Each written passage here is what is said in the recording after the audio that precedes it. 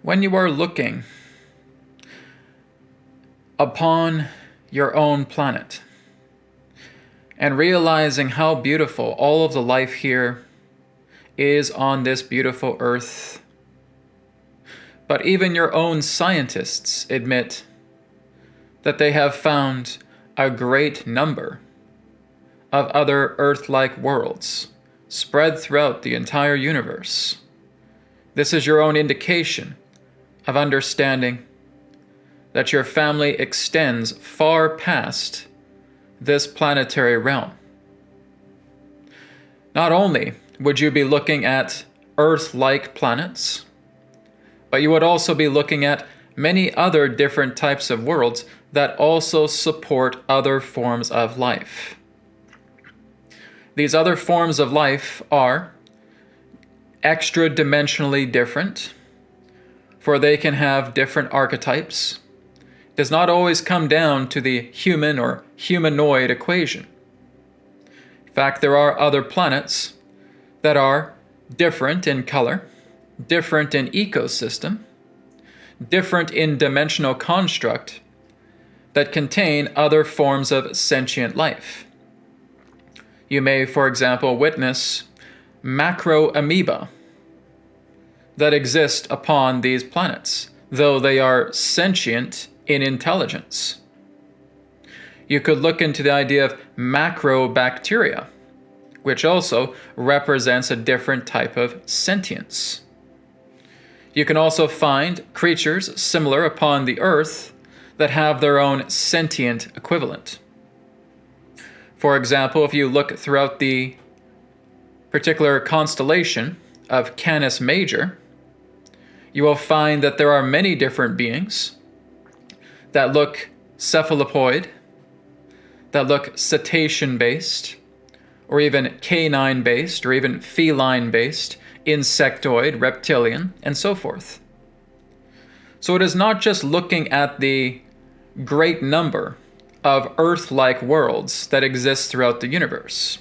It's looking at these diverse worlds, different in appearance because of the diversity of life that is very, very different from what you would find upon an Earth-like planet. But even if we're to go beyond that, looking beyond the idea of star family of off-worlders, that there is off-world sentient life, very similar to yourselves, very advanced technologically, where many of them do actually live upon their own spacecraft. For you will find different arrays of spacecraft, ones that can be diamond-shaped or pyramid-shaped or spherical in that nature, cylindrical, triangular, arrow-shaped. There are a different variety of spacecraft because they all represent different orientations of sentient beings that exist upon those spacecraft. Well, how exactly would these beings exist? Do they just stay upon their worlds, or do they travel the stars?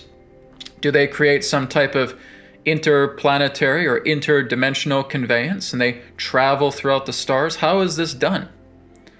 It is not so simple in the idea of looking at linear-based travel. It is not so much of like having a rocket ship and attempting to fly from one point of space transitionally all the way to another point in space. That is linear travel. And very few sentient beings that are beyond your world actually travel like that. That is what could be referred to as being remarkably primitive. It is archaic to think of that. Nonetheless, this is quite common to civilizations that are just starting to go beyond their world.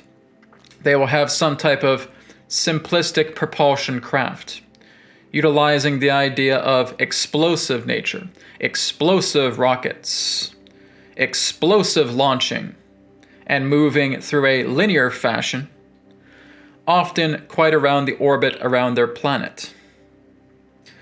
But with many of your advanced off-world star family civilizations, no, they would not have something so primitive. Their spacecraft contains what is commonly known as singularity. And through that singularity, much of their spacecraft is thought-propelled, which means that the spacecraft itself is in harmony, is in one with those that are upon the spacecraft itself. And through the interfacing of thought transmission with a thought, they can be at one point of space and then they can be in another point of space simultaneously. There are also other forms of craft that will go into suns. They will actually fly into the sun and they will connect with the heart of the sun, and utilizing that vibrational singularity of the sun through the power of thought, they will come out through another star. They will come out through another sun. So quite commonly, the idea of spacecraft is that they are interdimensionally connected. It's like looking at a gigantic cosmic web. One moment they are in one point of space, the other moment they are in that other point of space instantaneously. That is the common way to travel. It is not about the idea of firing rockets and taking many, many years or even many, many centuries going from one star system to another star system, and it still doesn't even work that way. It's not Star Trek. It's not Star Wars. That's not how, quite commonly, interdimensional connection works. Interdimensional connection works through the idea of, again, being at one particular point and then being at another in specific point instantaneously. That's common. There are others in that sense that also work with wormhole technology. That there have been for many millions and millions of years wormholes, quite commonly. The idea of shortening two distances together. Just as if I was to fold a paper in half and take a pencil and pierce both sides of that paper. This is another common way that spacecraft moves from one point of space to another. They simply shorten the distance. So you could say that one materializes, dematerializes, and materializes again at a certain point, quite common to what you would know as teleportation. The other way is thinning the distance between 2 points. These two ways would be the most common connection in this way. So as these beings do connect in this way from one point to another, they are able to go anywhere they wish. But there needs to be a familiarity to where they connect to where they transport, or to where they may end up through a wormhole connector. So wormhole connectors exist far beyond the idea of the surface of space. They exist much more in the median of space. It is like a funnel.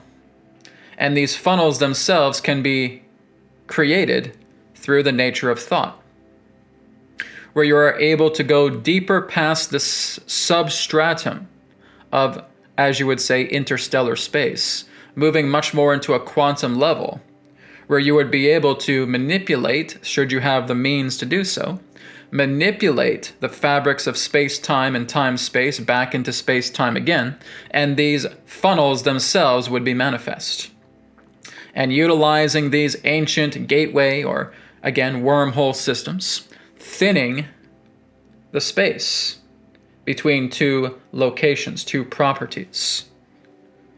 When you start to become a galactic civilization within the decades ahead, your scientists will know how this is done. It will actually become quite common knowledge, because you will start to develop teleportation technology or Stargate portal technology as well too. In fact, it's already been developed.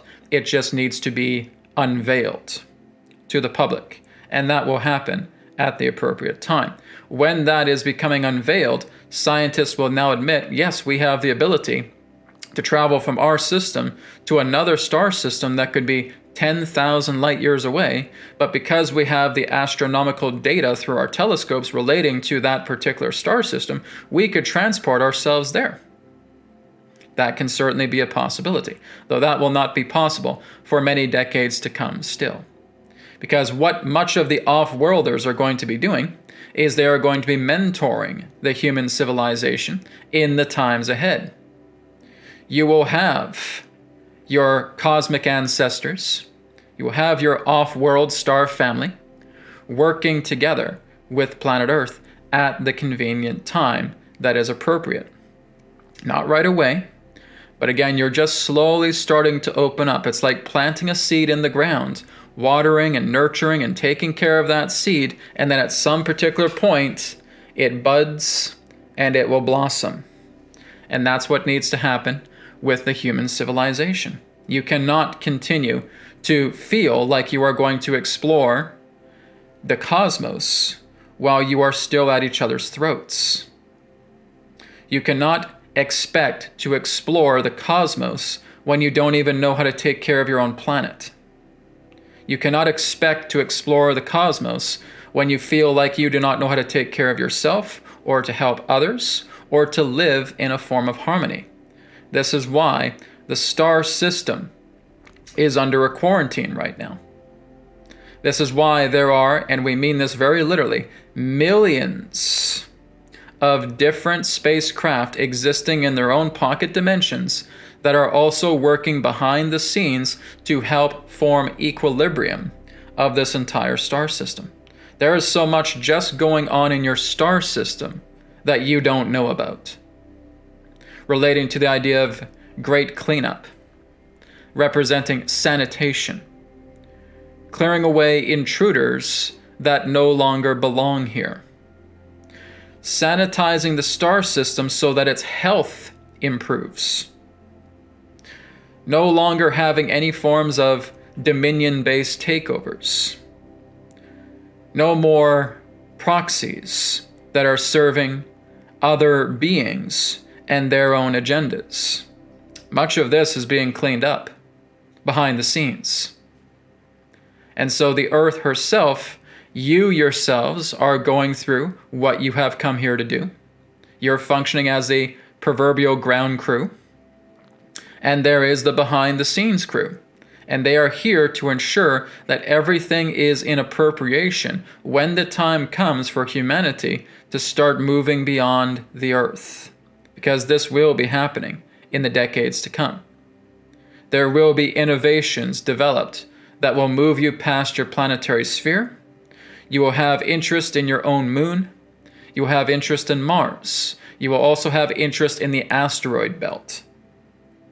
So these are three particular areas that will be of interest in the not too distant future, where you may consider colonizing areas of the moon, because you'll be able to do that. You wouldn't be able to do that in the past, but you'll be able to do that.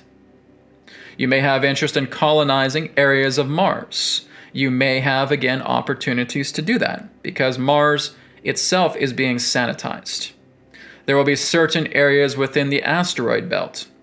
In fact, you will find small satellites similar to the size of your own moon that are also contained within the asteroid belt. Not just the moon of Ceres, C-E-R-E-S, but other moons as well too.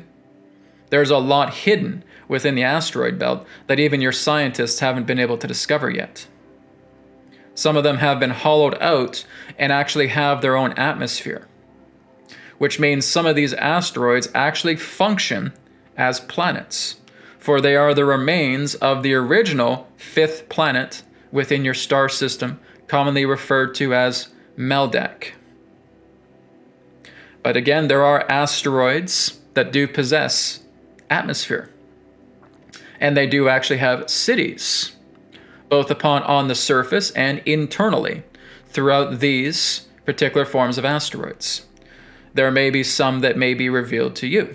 In fact, we would say that there can be hundreds of thousands or even millions of people that could be living on certain asteroids in your own asteroid belt, or the Maldek asteroid belt system. Not to mention all of your outer planets and their own respected moons. There is all forms of life throughout your entire star system. In fact, every major celestial body in your star system supports life, and it pertains to having life inhabited upon those celestial bodies. But what about the off-worlders themselves? What is their orientation? What is their relationship to you? Well, there are those who are very close to you because they have ancestry to you genetically. There are those who have no form of relationship to you, but are interested in wanting to work alongside humanity behind the scenes because they do want to get to know you. There are those who do also not have any form of association with you and want to have nothing to do with you whatsoever. And they will go about their business. And there are those who, in that sense, do not like you. However, in that sense, they will have to have their own appropriate reservations of areas so that they are not interfering with your development. So it all depends. There are many different types of orientations of beings. As I stated, that we can look into the idea of human or humanoid life and non-humanoid life as well too. However, the ones that will be mentoring you in the future, who are again in relationship to you, will be human in appearance. This will also relate to the idea of working together with hybrids. Working with hybrid humans. We're not just talking about the grays here. We're not just talking about the human and the grays. We're talking about other forms of hybrid humans, which means there are other humanoid races that have intermixed together with certain humans upon the earth, and they will also be a part. So you have, again, many different human and humanoid species that are very happy to meet you when the time is right. But what is their goal, you may ask? What is it that they are getting out of this if they decide to help the human race? Well, they're helping family. It's not about the idea of this being a good investment of currency or finances or anything of that nature. This is out of love. The ones who are helping you the deepest are the ones that are closely associated with you because they've walked your earth in the ancient past. Venusians, for one example. Martians, yes. There have been human races existing indigenously on Mars for a very, very long time.